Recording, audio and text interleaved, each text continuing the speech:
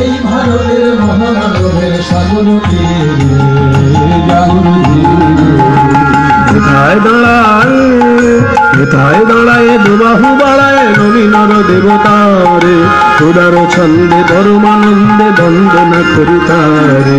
হে মোর চিত্ত, হে মোর চিত্ত পূর্ণ তীর্থে জাগরে ধীরে, এই ভারতের মহানগরের সাগর তীরে জাগরে ধীরে। কেহ নাহি জানে, কেহ নাহি জানে কারা ঘনে কত মানুষের ধারা, দুর্বার সুতে এলো কোথা হতে সমুদ্রে হলো হারা, কত মানুষের ধারা। কোথায় আর্য, কোথায় আর্য, হেথায় অনার্য, হেথায় দ্রাবিড় চীন, সব হল দল পাঠান মোগল এক দেহে হল লীন। হেথায় আর্য, হেথায় অনার্য, হেথায় দ্রাবিড়, হেথায় চীন। দেখুন চীনের তাড়া খেয়ে চীনের সাধু দলাই লামা ভারতে শরণার্থী। এমন একটা দেশ ভারতবর্ষ যে চীন তাড়িয়ে দিয়েছে তার সাধুকে, অথচ ভারত তাকে সযত্নে পরিপালন করে চলেছে। কাজে ভারত এমন একটা দেশ সবাইকে আশ্রয় দিতে শিখেছে। ইরান যখন আক্রমণ করলো আরবের লোকেরা, তখন ইরানের ভক্ত মানুষ তারা ধর্ম ত্যাগ করতে পারলো না, তাই ধর্মকে বাঁচিয়ে রাখার জন্য তারা ইরান ছেড়ে ভারতে চলে এসেছে। ইরানের ধর্ম ইরানে নেই, ভারতে আছে। আশ্চর্য ব্যাপারই সব। ইরান থেকে পালানো যে ভারতের, ইরান থেকে পালানো যে সব লোকেরা ভারতে এসে পসার বসিয়েছে, তাদের মধ্যে একজনকে আপনারা সবাই চেনেন, যার নাম জামশেদজি টাটা। টাটার লরি থেকে শুরু করে টাটার নুন পর্যন্ত আমরা খাচ্ছি। সেই টাটা কিন্তু ভারতের লোক নয়, ইরান থেকে পালিয়ে আসা লোক। আরবের আক্রমণে ইরান যখন ধর্ম হারাতে বসেছে, তখন ইরান থেকে পালিয়ে আসা লোক টাটারা এইখানে এসে সসম্মানে সারা জীবন কাটিয়েছে। কাজে ভারতবর্ষ এমন একটা দেশ, শক হুন দল, শক মানে ইরান, শক শব্দের অর্থ হচ্ছে ইরান। শক হুন দল, হুন চীনের একটা অংশ, শক হুন দল পাঠান মোগল এক দেহে হলো লীন। এখানে সবাই মিলে এসেছে। মার বলছে কেহ নাহি জানে, কেহ নাহি জানে কারা ওখানে কত মানুষের ধারা, দুর্বার সুতে এলো কোথা হতে সমুদ্রে হলো হারা, কত মানুষের ধারা।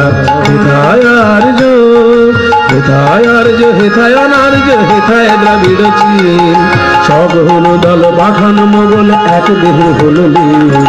হেথায় আর্য, হেথায় আর্য, হেথায় অনার্য, হেথায় দ্রাবিড় চীন, সব হলো দল পাঠান মোগল এক দেহ হলো লীন। পশ্চিমে আজি খুলি আছে দ্বার, সেটা হতে সবে আনে উপহার, পশ্চিমে আজি খুলি আছে দ্বার, আর সেটা হতে আনে উপহার, দিবে আর নিবে, মিলিবে মিলাবে। ভারতের আদর্শ দিবে আর নিবে। পৃথিবীর থেকে, পৃথিবীর অন্যান্য দেশরা যদি তোমায় ভালো জিনিস দেয় তুমি নাও, আর তোমার যদি কিছু ভালো জিনিস থাকে পৃথিবীর অন্য দেশকে দাও। এই হচ্ছে ভারতের দর্শন। দিবে আর নিবে, মিলিবে মিলাবে, যাবে না ফিরে, এই ভারতের মহামানবের সাগর তীরে জাগরে ধীরে। হে মোর চিত্ত, হে মোর চিত্ত পূর্ণ তীর্থে জাগরে ধীরে, এই ভারতের মহামানবের সাগর তীরে। এসো হে আর্য, এসো হে আর্য, এসো অনার্য, হিন্দু মুসলমান, এসো এসো আজ তুমি ইংরাজ, এসো এসো খ্রিস্টান, হিন্দু মুসলমান, এসো ব্রাহ্মণ, এসো ব্রাহ্মণ, সূচি করি মন। তোমরা সবাই মিলে ভারতটাকে সুন্দর করো। আর্য তুমি এসো, অনার্য তুমি এসো, হিন্দু তুমি এসো, খ্রিস্টান তুমি এসো, মুসলমান তুমি এসো, ব্রাহ্মণ তুমিও এসো। ব্রাহ্মণ তুমি তোমার অহংকার ছেড়ে দিয়ে সকলকে ভালোবাসো। তোমরাই তো পৃথিবীতে প্রথম বেদ মন্ত্র উচ্চারণ করেছো, তোমরা অহংকার ত্যাগ করে সকলকে ভালোবাসার মন্ত্র প্রচার করো।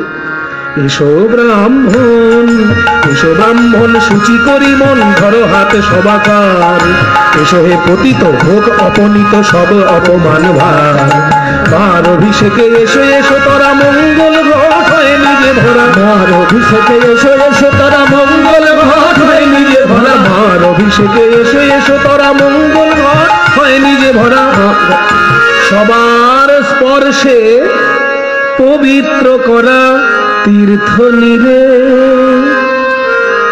আজি ভারতের মহামানবের সাগর তীরে জাগরে ধীরে হেমর তীর্থ পূর্ণ তীর্থে জাগরে ধীরে এই ভারতের মহামানবের সাগর তীরে জাগরে ধীরে জাগরে ধীরে জাগরে ধীরে ধীরে জাগো এক এক বছর এক এক মহাপুরুষকে জানার চেষ্টা করো, দেখবে কুল কিনারা পাবে না। এত বড় এই ভারতবর্ষের আধ্যাত্মিক জগৎ, সব দিকে বড় বড় মহাপুরুষ। যাই হোক, আজকে আমরা সেই মহাপুরুষদের মধ্যে একজনের